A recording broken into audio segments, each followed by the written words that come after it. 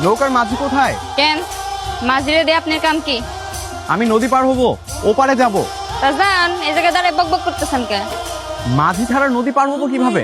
আপনার কি আমার দেখলে মাঝি মনে হয়? এটা আমার বাপের নিজের নৌকা, নিজে সাঁতরে নদী পার হয়ে যান। যান। তুমি আমাকে পার করে দাও, যত টাকা লাগে আমি দিব। কত টাকা দিবেন? 100 টাকা।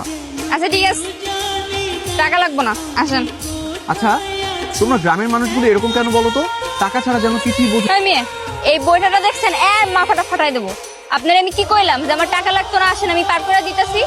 এই তোমার বংশের কেউ কি ডাকাত নাকি? হ্যাঁ, এরকম করে পড়ে যাবো। বংশের মায়া না? আরে আমি সাঁতার পারি না, পড়ে যাবো আমি। বাবা, তুমি কি নদীতে পড়ে গেছিলা? হ্যাঁ, আমি ফেলাই দিছি। তোমার শহরের পোলা আমারে কয় আমি নাকি ডাকাত বংশের মায়া।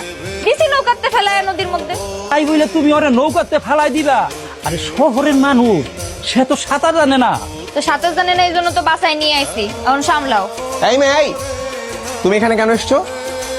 আমি এ বাড়িতে কেন এসেছি আপনার কেন কমু? এটা আমার ইচ্ছা। ছেলেটা কেড়ে মায়া?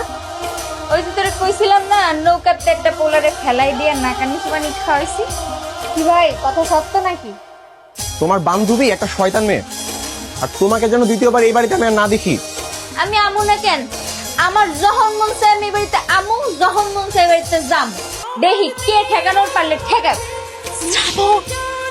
তুইও হাসতেছে। এই তোর ভাষা কোথায়? হ্যাঁ, তোর আম্মুর কাছে বিচার দিব আমি।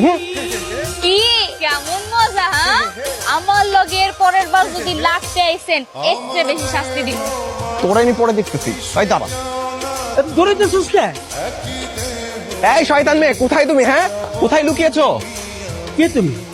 আর বলবেন না আঙ্কেল, একটা ভারী বেয়াদব মেয়ে আছে এই গ্রামে। এক পিচ্ছি বাচ্চাকে দিয়ে গাছের উপর থেকে আমার গায়ে হিসু করিয়ে দিয়েছে। আপনি কি এমনি আমাদের ধৈর্য রাখবেন না ছাড়বেন? সরি। কি কেমন লাগে এখন? ঠিক আছে, আপনার আমি দেখানো